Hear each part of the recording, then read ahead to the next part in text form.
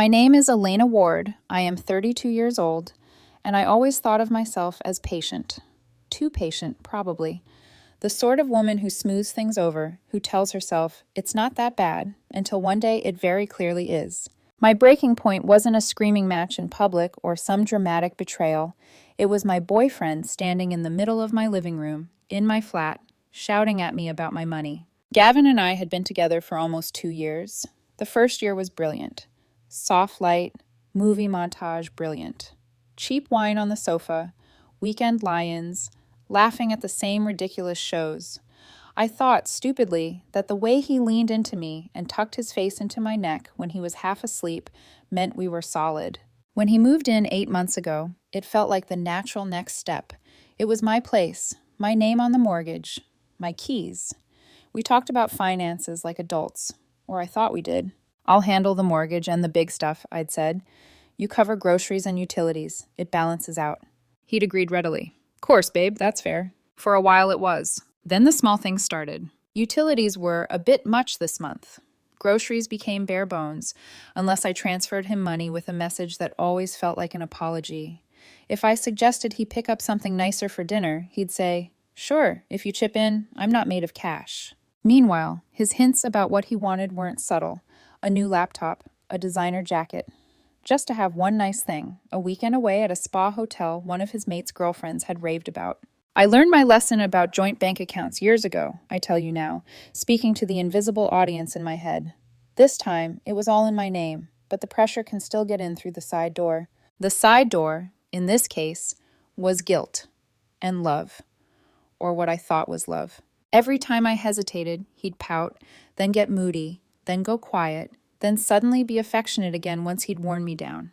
It wasn't obvious at first. It never is. He once told me a story about his ex, Mia, how she never appreciated how generous he was, how she used him for his money.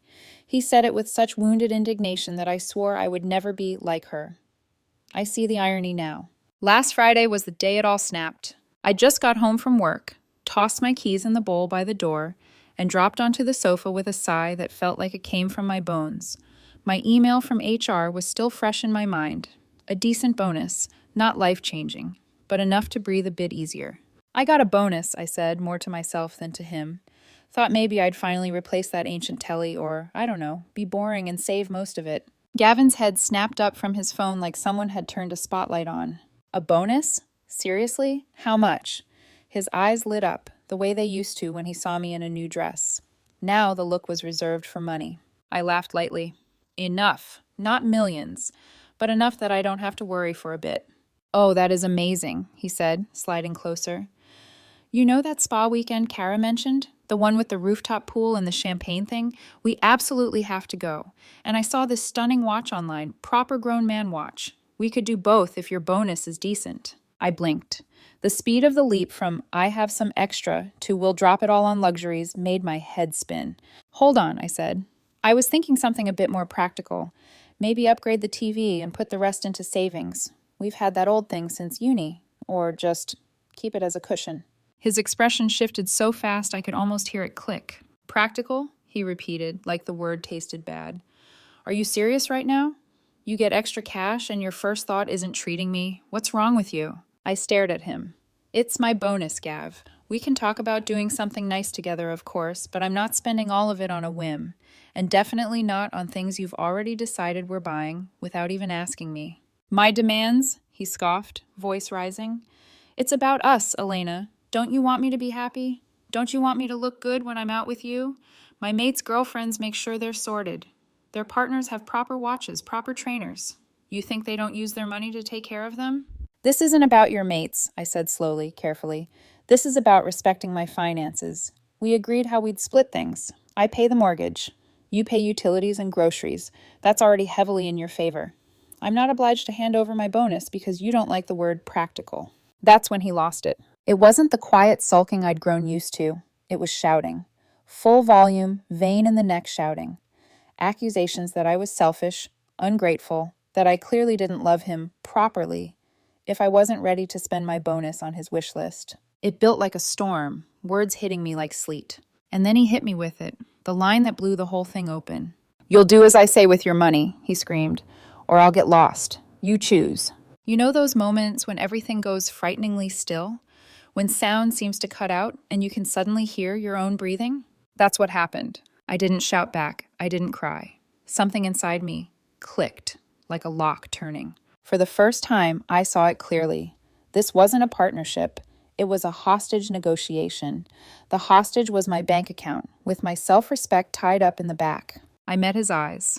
I felt my face smooth into something calm, almost serene. "All right," I said quietly. He blinked, thrown off by my tone. "What?" "You said I'll do as you say or you'll get lost," I repeated. "I'm not doing as you say." I stood up, walked past him down the hallway, and went into the bedroom. The suitcases were under the bed. His suitcases. I dragged them out one by one, unzipped them, and started packing. Jeans, shirts, trainers, the gym gear he always forgot in the bathroom, the cologne bottles cluttering my dressing table, his electric razor, that ugly cushion he insisted made the sofa more masculine, the gaming headset, the controllers. I was methodical. Some things I folded, others I just stuffed. There was no artistry in it, only efficiency. "What are you doing?" he demanded, appearing in the doorway, eyes wide. Elena, stop. This is insane." I ignored him. "Stop ignoring me," he shouted, stepping closer. "You can't be serious. You're overreacting." I zipped the first suitcase, slid it aside, and opened the second. He kept talking. Threats, insults, accusations that I was throwing everything away over one little argument, claims that no one else would ever put up with me, that I'd die alone with my practical little savings account. Every word was another small weight on the side of the scale that had already tipped. When both suitcases were full, I grabbed a couple of sturdy bin bags from under the sink, tossed in stray items. Chargers, deodorant, his novelty cushions, the blanket he'd insisted we buy and never once used. 10, maybe 15 minutes later, I was done. I dragged everything to the front door. He followed, still yelling, voice cracking now, a note of disbelief creeping in. "Elena, stop. You're not actually doing this. You're just trying to scare me." I opened the door. We have a small patch of grass outside the building, more decorative than functional. I carried the first suitcase out and dropped it onto the lawn with a dull thud. The second landed beside it. The bin bags followed, rustling and bouncing. I turned back to him. He stood in the doorway, mouth open. "You said," I reminded him, voice steady, "do as I say or I'll get lost. I'm not doing as you say." I stepped aside and gestured toward the open air. "So," I said, "get lost." For a second, I thought he might hit the wall, or throw something, or shove past me. Instead, he stared like he was seeing me for the first time. "You're going to regret this," he hissed. "Maybe," I said, "but not as much as I'd regret handing you control of my wallet." I closed the door, locked it, turned the deadbolt, put the chain on for good measure. Then I pressed my forehead against the wood and just breathed. My hands trembled, but it wasn't fear, it was adrenaline, release. I heard him banging for a few minutes, shouting my name, calling me crazy. Eventually, the noise stopped. I waited another 5 minutes before peeking through the peephole. He was out on the grass, cramming his belongings into his little hatchback, shoulders tight, movements jerky. One bin bag split, socks and shirts spilling onto the damp ground. He kicked it hard enough to send a shoe flying. Then he slammed the car door, revved the engine too loud, and drove away. That was Friday night. Now it's Tuesday afternoon. I'm sitting on my sofa, when my phone rings. Unknown number. I almost let it go to voicemail, but something in my gut says, answer it. "Elena Ward," I say. "Elena," a woman's voice choked with tears. "Elena, how could you?" "Who is this?" I ask, though I already know. The dramatics are familiar. "It's Sharon," she sobs. "Gavin's mom. How can you possibly ask that? My poor Gavin. You chucked him out onto the street with nothing." I close my eyes for a moment, feeling the old instinct rise, to soothe, to explain, to comfort someone who isn't remotely interested in the truth. Then I open them again, stare at the blank television screen across from me, and remind myself of a simple fact. I didn't throw a helpless child onto the street. I put a grown man's bags on the lawn after he tried to seize my life like it was his to manage. "Sharon," I say, keeping my voice neutral, "we need to talk about what actually happened." Sharon's sobbing wasn't the gentle, motherly kind. It was sharp, accusatory, weaponized. "My boy had nowhere to go. Nowhere," she wailed. "You chucked him out like rubbish, Elena. How could you do that to someone you supposedly loved?" I took a slow breath. This was not new. Sharon had always seen Gavin as a delicate, misunderstood prince whose every misstep was someone else's fault, usually mine. Sharon, I said steadily, I didn't chuck him out. He gave me an ultimatum. He told me to do as he said with my money, or he'd get lost, so I chose the second option. There was a wet, angry sniff. You're twisting things.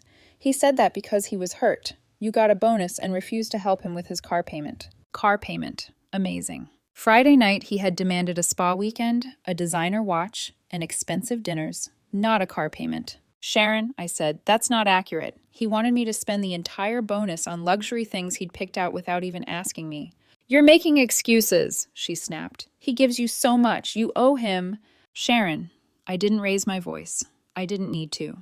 He lived in my flat. I paid the mortgage. I covered the major expenses. All he had to do was groceries and utilities. He's a growing man, Elena. He can't just be expected to buy groceries? I asked, disbelief edging into my tone. For a moment, the line went silent, except for her hiccuping breaths. My poor Gavin, she whispered. He's been sobbing on my sofa, heartbroken, devastated. You treated him like dirt.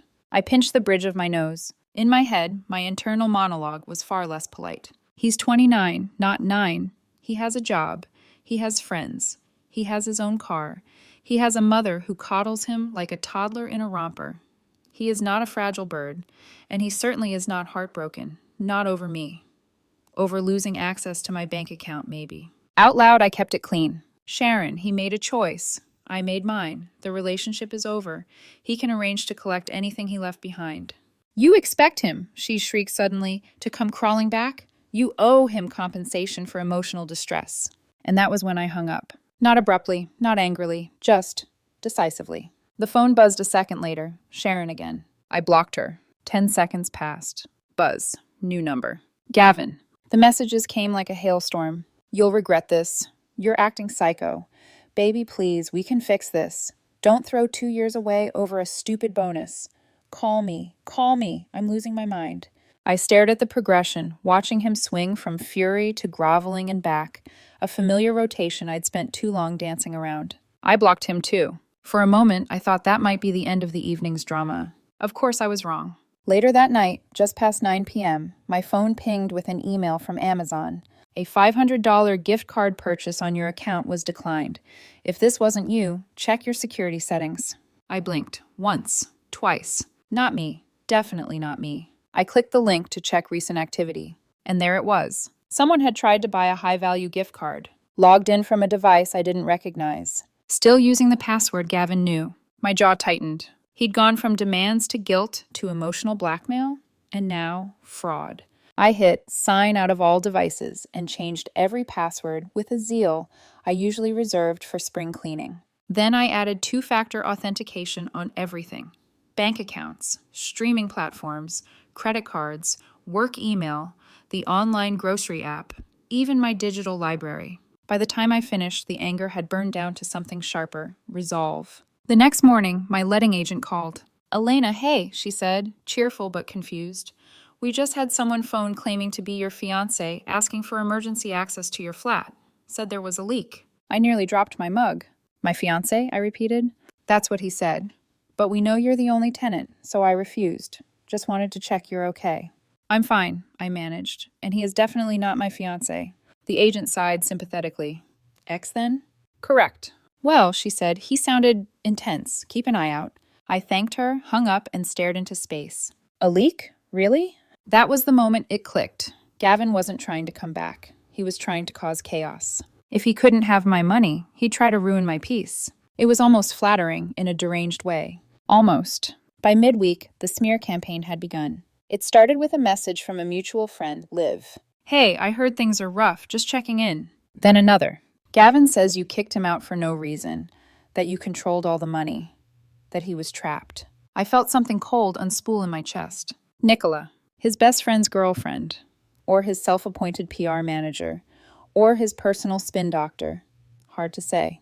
Nicola, with the dramatic eyeliner and the dramatic flair for involving herself in other people's lives. It didn't take long before my phone was vibrating again, this time with a number I didn't recognize. A text. Just heard about you. Didn't know you were like that. And then, Gavin deserves better. I didn't reply to any of them. I did, however, screenshot everything. Because this wasn't heartbreak. This was strategy. And if he was gearing up for round 2, so was I. That night, I sat at my kitchen table with a notebook. Yes, an actual paper notebook, titled simply, Contingency Plan. Step 1. Document everything. Every text before I blocked him. The Amazon charge attempt. The letting agent's warning. Nicola's rumor messages. Screenshots of Gavin's shifting emotional tone. Step 2. Security overhaul. Passwords changed. 2-factor enabled. Credit report checked. Clear. Frozen any account he had ever touched. Step 3. The box. Collected the small items Gavin had left behind. A paperback book. A tangled charger. A scarf. His ridiculous novelty mug. Boss man. 2 dumbbells he never used. All placed in a cardboard box. Taped neatly. Labeled with his name. Step 4. Communication lockdown. One final message sent to Gavin before blocking the new number. Attempts to access my accounts or property are documented and will be treated as harassment or fraud. Your remaining belongings are boxed. Tell me by Friday when you will collect them or they will be disposed of. Step 5. Friends. To the mutuals, I sent a standard, calm reply. The relationship ended when Gavin gave me an ultimatum regarding my finances. His recent actions have confirmed that ending it was the right choice. If you want my perspective, I'm available to talk. The truth, delivered without fire. It was enough to make them pause. Not enough to stop Nicola, though. Word came through the grapevine that she had warned off a woman I'd chatted with at a work event, claiming I was unstable, controlling, money-obsessed. Projection, if anything. I made a note to hold on to that screenshot, too. Friday came. No message from Gavin. Saturday passed. Nothing. Sunday morning, I picked up the cardboard box, carried it downstairs, and set it gently beside the communal bins. I took a photo, sent it to him, blocked him again, went back upstairs and made myself tea. For a moment, the stillness felt like the end, but a small voice inside me whispered, "He's not done. Not yet." And as much as I wanted that to be wrong, I knew better. Men like Gavin didn't accept consequences easily. They retaliated, and round 3 was coming. 3 quiet weeks passed. No late-night texts, no calls from Sharon, no emotional monologues from Gavin, not even a snide comment from Nicola. Just silence. It should have felt peaceful, and mostly it did, until the bill arrived. It was a thick envelope, the kind that never carries good news, shoved halfway under my flat door when I returned home from work on a Thursday evening. I tossed my bag onto the sofa, kicked off my shoes, and opened the envelope with the dread of someone expecting a parking ticket she couldn't remember getting. But this wasn't a parking fine. It was a $300 overdue balance for a clothing subscription service. High-end, glossy, pretentious. The kind of brand that ships you curated outfits and charges enough per month to make your eyes water. The bill was addressed to Ms. Elena Ward, my exact address. But the subscription name wasn't mine. It was Gavin's. For a moment, I just stared. My first thought, surely not. Surely he wouldn't have. My second thought, oh, but he absolutely would. I called the company. Hi, I'm trying to understand why I'm receiving bills for a subscription I never signed up for, I said. The woman on the phone clicked through her system. Let me check. Account holder. Gavin Clark. Delivery address. Your address. Payment method was a saved card that failed the last 2 charges. I closed my eyes. That checks out. Ma'am, did you authorize this subscription? No, I said. He moved out a month ago. He has no legal connection to me or my property anymore. The charges are fraudulent. Do you have proof of that? Oh, did I? I dug out my now thick folder of documentation and sent photos. The breakup timeline. His ultimatum. The Amazon gift card fraud attempt. The letting agent's statement about him impersonating my fiancé. The texts, the rumors, the screenshots, and a formal written confirmation that he had moved out and had no permission to use my address or payment information. Within 2 days, the company responded. We have removed the charges from your name. Gavin Clark will be held financially responsible. Thank you for providing evidence. I sat back on my sofa, holding the letter like a small, quiet victory. Not a triumph. Just justice. Meanwhile, Nicola's rumor mill sputtered and died. It didn't happen with fireworks. It happened slowly, almost embarrassingly, like a child forced to put down a stolen toy. A mutual friend messaged me. Nicola's been going on about you nonstop. Someone finally asked why she was so invested. She got weird. Real weird. Now she's gone quiet. Another message. Turns out Nicola's done this before. Drama follows her like perfume. And then, she's embarrassed, might lay low for a while. I didn't celebrate, not outwardly. But inside, I felt a small, satisfied flicker. Gavin's army was shrinking. Without Nicola to amplify his version of events, his story began collapsing under its own weight. Mutual friends started messaging me, not with accusations, but with hesitations. Hey, can I ask what really happened? Gav might have exaggerated. I'm rethinking some things he said.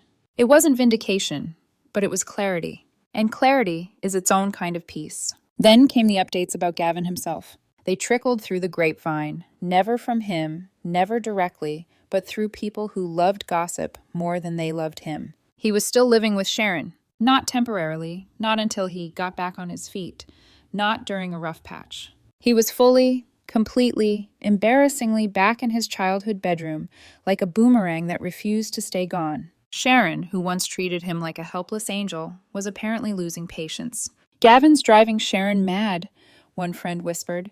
He's unemployed right now. He blew through savings. Debt collectors called the house. Sharon's talking about making him pay rent. Another message. He's so moody all the time. Keeps complaining about how you ruined his life, but everyone's starting to get the other side now.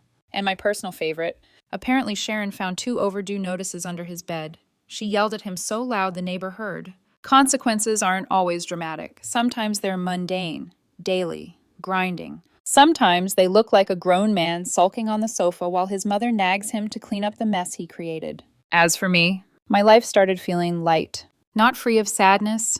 Heartbreak never cleans itself up that quickly, but spacious, breathable. I used part of my bonus to finally buy the new television I'd wanted.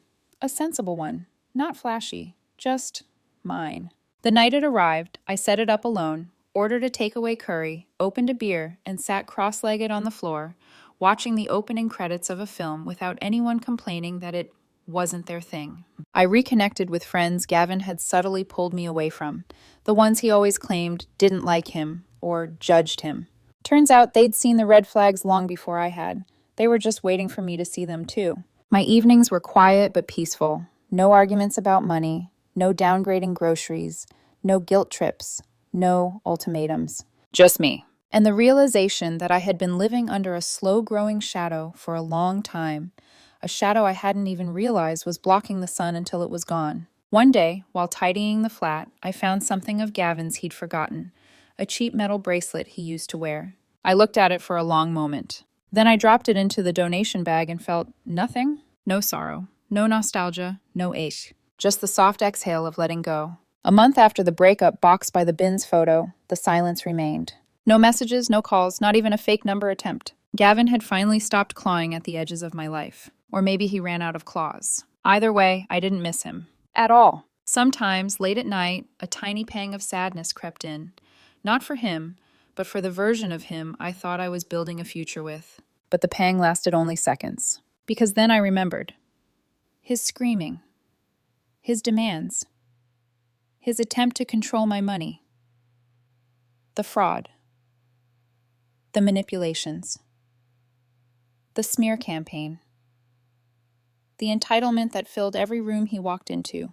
And the sadness evaporated like steam on a cold window. I wasn't mourning a man. I was mourning a fantasy. A fantasy he shattered the moment he shouted, "You'll do as I say with your money or I'll get lost." And I chose the right option. I chose myself. People expect breakups like mine to come with fireworks, shouting in the street, dramatic vows of revenge, something cinematic. But this ending was quieter, more mundane. Gavin attempted control. He failed. He tried manipulation. Failed again. He tried fraud. Failed, and now owes money. He tried using friends as weapons. It fizzled. He tried to shame me. But shame only sticks when you believe you did something wrong. I didn't, because I finally understood something I wish I had learned earlier in life. Entitlement collapses under its own weight. All you have to do is stop holding it up. So that's the story. Not a Hollywood explosion. Not a melodramatic showdown. Just a woman reclaiming her peace after nearly letting someone else drain it dry. And now, I sit on my sofa, eating curry in front of my new TV, breathing clean air, and planning weekends with friends instead of budgeting around someone else's demands. Maybe I'll date again someday. But not just yet. For now, I'm just enjoying the quiet. And the quiet has never felt so good.